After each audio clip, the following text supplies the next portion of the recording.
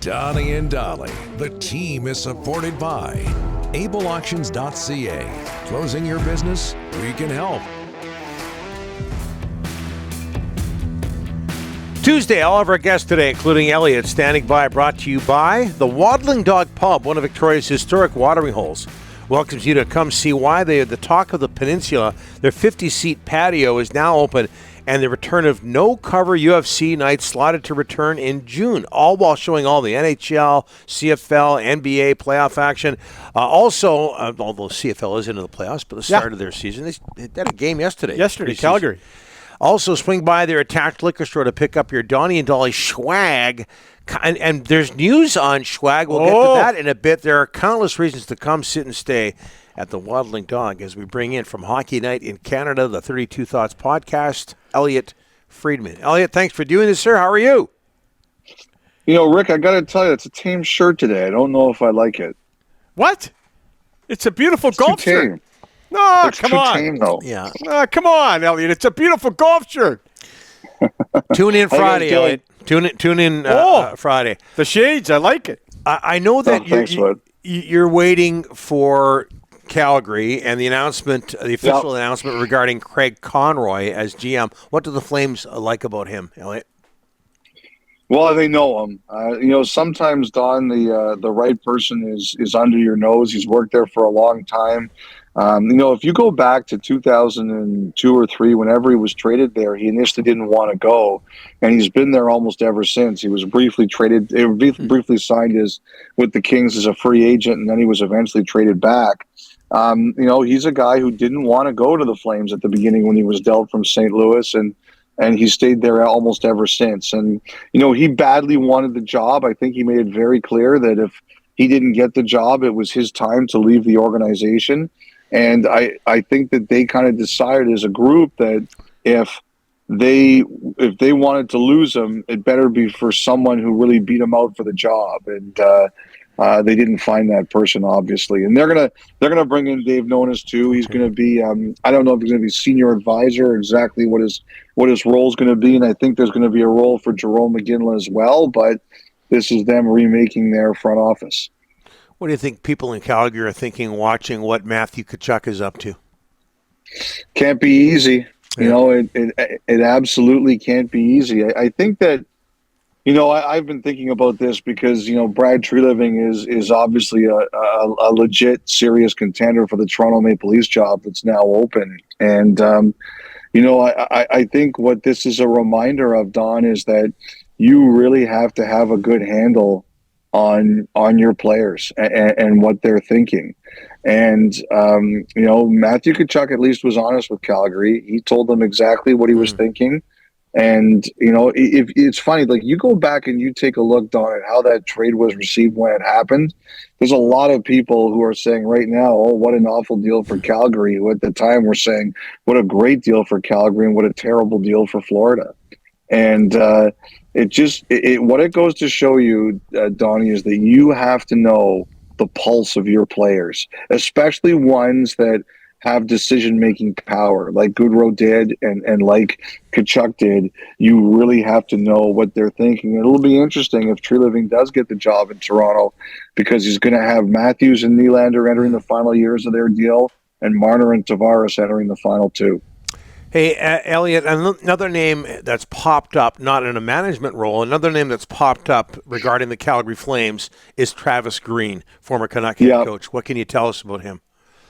Well, I think he's going to be in the mix for the head coaching job there, but there's going to be a lot of competition. I think for one thing, Donnie, they have a 2-time AHL Coach of the Year there in Mitch Love.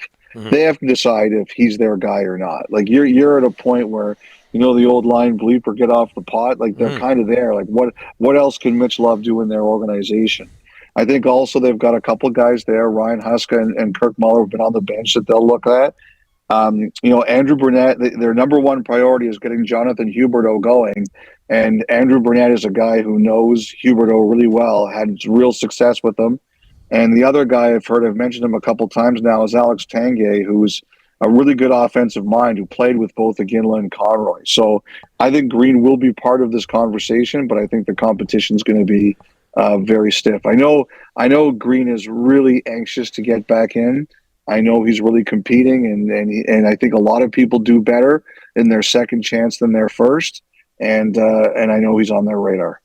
Elliot, our first chance to talk to you after what happened with Kyle Dubas, Brendan Shanahan, the press conference, everything. Your thoughts on everything that's happened in Toronto and what's going to happen going forward?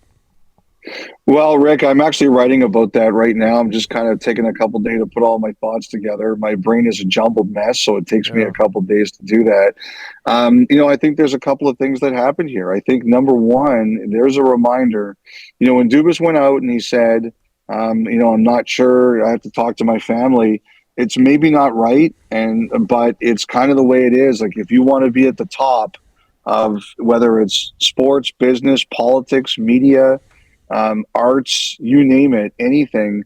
If you want to be at the top and you want to stay there, people have to have the impression you're all in.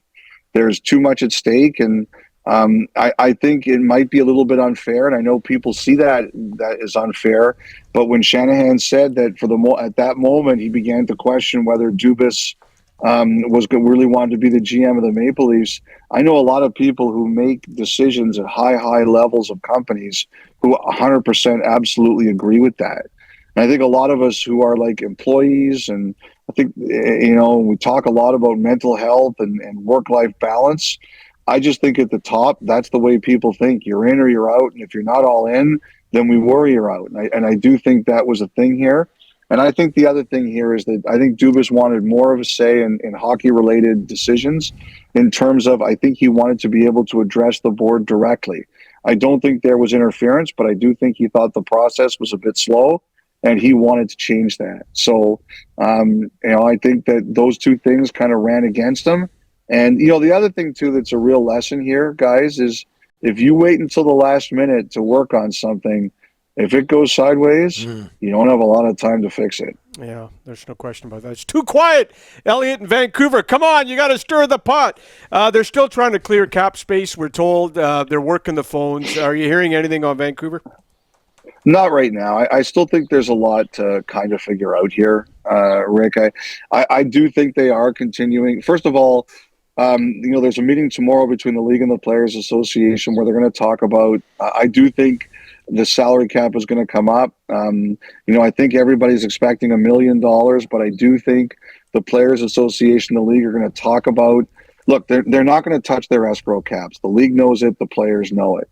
But I have spoken to some people on both sides of this equation who believe there is a bit more flexibility because revenue has been strong. They think that you could go to $1.5 million or maybe even $2 million without screwing around the potential for the future and getting this all paid off. So I do think there's going to be a conversation is how much more can they push it than $1 million, and can they work out an agreement to go to say 1.5 or 2 million, and that could really help some of these teams. So that's one thing. But I also do think, they're making calls. They're seeing what's out there. They're laying the groundwork, but I don't expect anything soon. Not everybody yet is set with what they're going to do. So I do think, again, I don't believe they're going to do buyouts. I don't think that's going to be their way, but I still think they're going to continue to see what's out there trade-wise.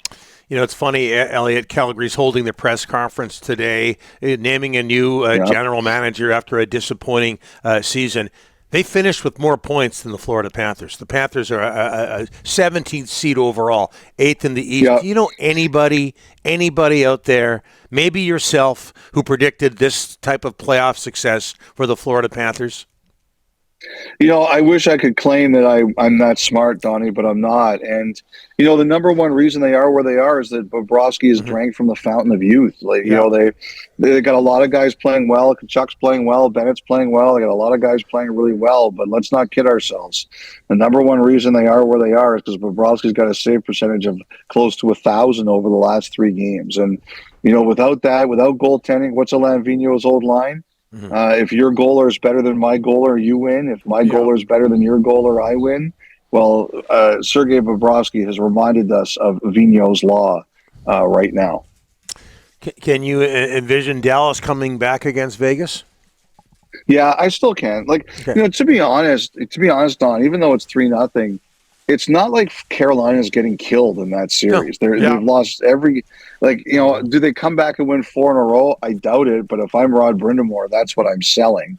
That we've lost every game. We've lost in quadruple overtime, regular overtime, and 1-0. Like, you have to sell that. I think Dallas, Ottinger's got to, he's got to beat Hill. I never thought I would say that before the series, but he's got to do that, and Dallas get back in it. But obviously, it's a big challenge. Is the Bobrovsky the obvious front runner for the Conn Smythe right now? Even if Florida was to get into the Stanley Cup final and lose? Oh, I think so. I mean, if Vegas wins, there'll be Stone, there'll be Hill, but if Florida gets in and loses and puts up a good fight, absolutely, I could see Bobrovsky winning it. Why not? All right, I know you're busy. You've got the Calgary press conference. The shades are on, or at least they're on your head. There, we appreciate. I don't know what that means, but we appreciate this, Elliot. All the best. I just have to say, Dolly, you say I light up Vancouver. I did that enough during the season. I'm trying to give them a couple weeks off. Nah, they're waiting for you to drop a bomb, and you know it. You know it. No, thanks. Gotta save some of those. Yeah. Thanks, Elliot. Take care, guys. See you later. Elliot Friedman, Hockey Night in Canada, 32 Thoughts podcast.